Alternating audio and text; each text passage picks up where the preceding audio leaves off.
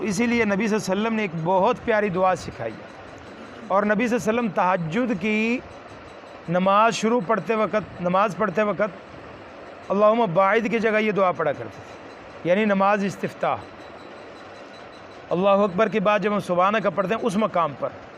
یہ دعا پڑھا کرتے تھے، اللہم رب جبرائیل، اے جبرائیل کے رب، و میکائیل کے رب، و اسرافیل کے رب، فاطر السماوات والارض، زمین و آسمان کو پیدا کرنے والے رب،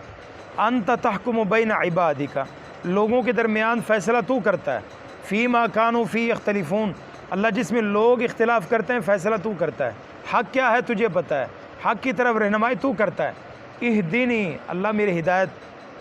میں رہنمائی فرما، مجھے ہدایت دے، لما اختلف فی، جس میں لوگ اختلاف کرتے ہیں پتہ ہی نہیں چلتا کیا کرنا چاہیے، اللہ میرے اس میں رہنمائی کر دے، مجھے حق دکھا، سیدھا راستہ دکھا، فیہ من الحق بإذنہ،